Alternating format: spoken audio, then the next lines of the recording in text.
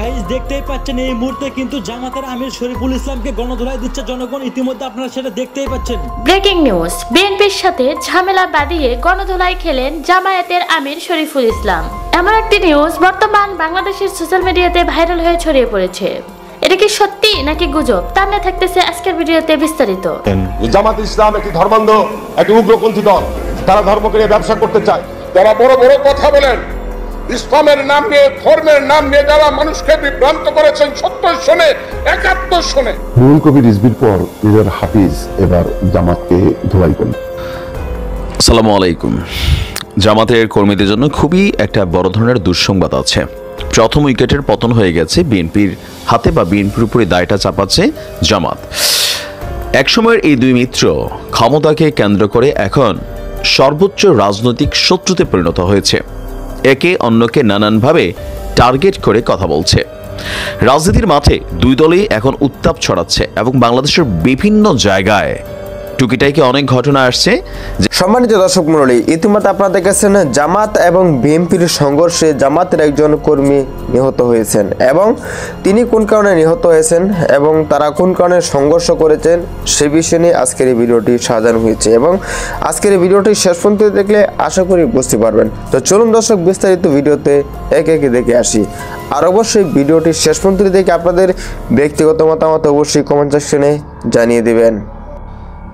আসসালামু আলাইকুম। জামাতের কর্মীদের জন্য খুবই একটা বড় ধরনের দুঃসংবাদ আছে। প্রথম উইকেটের পতন হয়ে গেছে বিএনপির হাতে, বা বিএনপির উপরে দায়টা চাপাচ্ছে জামাত। একসময়ের এই দুই মিত্র ক্ষমতাকে কেন্দ্র করে এখন সর্বোচ্চ রাজনৈতিক শত্রুতে পরিণত হয়েছে। একে অন্যকে নানানভাবে টার্গেট করে কথা বলছে। রাজনীতির মাঠে দুই দলই এখন উত্তাপ ছড়াচ্ছে এবং বাংলাদেশের বিভিন্ন জায়গায় টুকিটাইকে অনেক ঘটনা আসছে, যেখানে জামাত কর্মীদের দাবি, আমার ভিডিওতে ভাই আপনি ভালো করে ঘটনাটা যাই না নিউজ করেন, পত্রিকা দেখে শুধু বললেন না, আমরা রেফারেন্স হিসেবে পত্রিকাকেই বলতে হবে, কারণ এটাই হচ্ছে রেফারেন্স। তাহলে স্বাধীন বাংলাদেশে এখন আপনারা যে স্বাধীনতা দাবি করছেন, তো এখানে কেন পত্রিকা এখনও ভুলভাল নিউজ করবে? আপনারা পত্রিকার বিরুদ্ধে ব্যবস্থা নেন, আমাদেরকে রেফারেন্স নিতে হয়। যাই হোক, আপনার কুষ্টিয়া জেলার মিরপুরে প্রথম উইকেটের পতন ঘটেছে বিএনপি নেতাদের হাতে, বা বিএনপির কর্মীদের হাতে।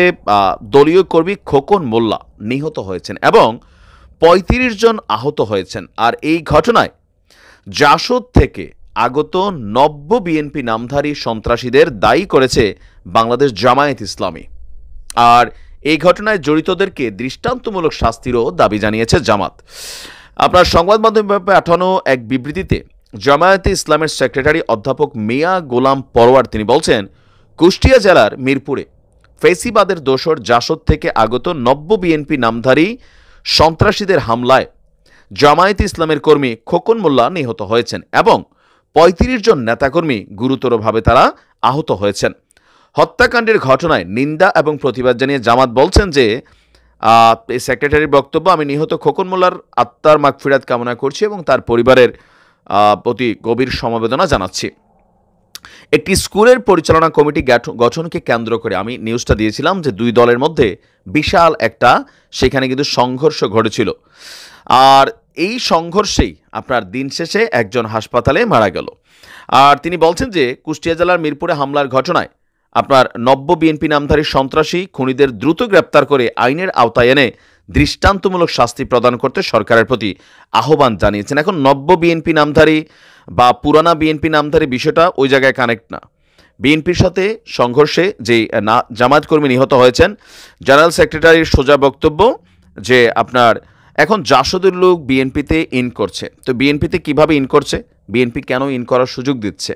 আসলে বাংলাদেশের বর্তমান প্রেক্ষাপট হচ্ছে বিএনপির বক্তব্য, জামাতের মধ্যে এই আওয়ামী লীগের কর্মীরা, জাসদের কর্মীরা ইন করছে। এখন দেখেন এই যে রাজনৈতিক বক্তব্যগুলা এখানে পাল্টাপাল্টি একটা অবস্থানে চলে গেছে। আমরা যদি দেখি জামাত কর্মীদের অভিযোগ, বুড়াপাড়া মাধ্যমিক বিদ্যালয় পরিচালনা পর্ষদের সভাপতি নির্বাচন থেকে নাম প্রত্যাহারের জন্য জামাত নেতা মুকুলের উপর চাপ সৃষ্টি করেছিল নাসির। এ নিয়ে বিরোধের জেরে শনিবার রাতে মুকুলকে হুমকি দিয়েছিল নাসির। আর এরই প্রতিবাদে বুড়াপাড়া মাধ্যমিক বিদ্যালয় মাঠে এক প্রতিবাদ সভার আয়োজন করে স্থানীয় জামাত ইসলামী নেতাকর্মীরা। এই সময় নাসিরের নেতৃত্বে তার সমর্থকরা সেখানে লাঠিসোঁটা এবং দেশীয় অস্ত্র নিয়ে হামলা চালায়। আর আমরা সর্বশেষ এখানে যতটুকু আপডেট পাচ্ছি, এখানে বিএনপির যারা স্থানীয় নেতারা আছেন তাদের বক্তব্য এখনো উঠে আসে নাই। তো আমরা আসলে এখন যেই পরিস্থিতি তৈরি হচ্ছে ক্ষমতাকে কেন্দ্র করে, এখন একটা স্কুল কমিটির সভাপতি হইলেই কি আর না হইলেই কি, কিন্তু চাই ভাই, চাই। বিএনপি বিশাল একটা দল, রাইট নাও তারা খুবই বিশাল একটা দল। ইভেন বাংলাদেশের বেশ কিছু জায়গায় বিএনপির একটা কর্মকাণ্ড চলছে, আমরা একে সাধুবাদ জানাই তারেক রহমানের নির্দেশনায়, যে চাঁদাবাজি, সিন্ডিকেটবাজি বা জবরদখল, লুটপাট যদি কেউ করে এটা নিয়ে বিএনপি ব্যবস্থা নেবে। মাইকিং করে সম্ভবত পিরোজপুরে এরকম একটা ব্যতিক্রমী উদ্যোগ আমি দেখেছি, যে স্থানীয় কোনো বিএনপির নেতাকর্মী যদি চাঁদাবাজিতে বা সংশ্লিষ্টতায় আসে তাহলে তাদেরকে আইনের আওতা দেওয়া হবে, বিএনপির সকল পদ পদবি থেকে তাদেরকে পার্মানেন্টলি বহিষ্কার করা হবে।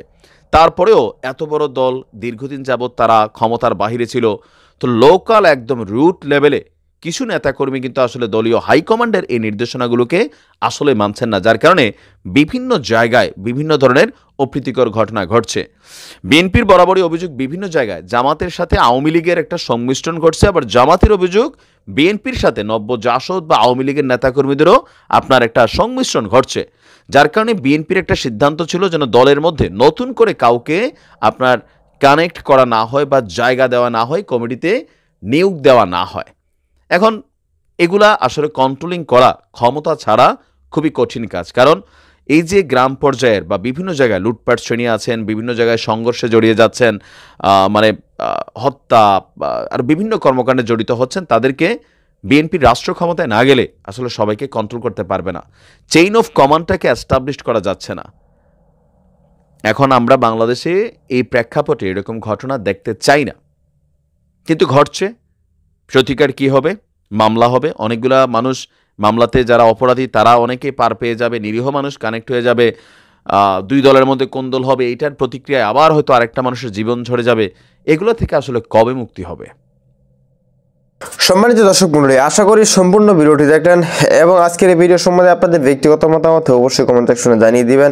ইতিমধ্যে আপনারা দেখেছেন বাংলাদেশ থেকে আওয়ামী লীগকে বিতাড়িত হওয়ার পর থেকে কিন্তু আপনারা দেখেছেন জামাত এবং বিএনপি তারা কিন্তু দেশে একটা রাজত্ব চালানোর চেষ্টা করতেছে। ইতিমধ্যে কিন্তু তাদের ভিতরে কিন্তু সংঘর্ষ সৃষ্টি হয়েছে। তো সে বিষয়টি আপনাদের কোন দৃষ্টিতে দেখছেন অবশ্যই কমেন্ট সেকশনে জানিয়ে দিবেন। দেখা হচ্ছে পরবর্তী ভিডিওতে।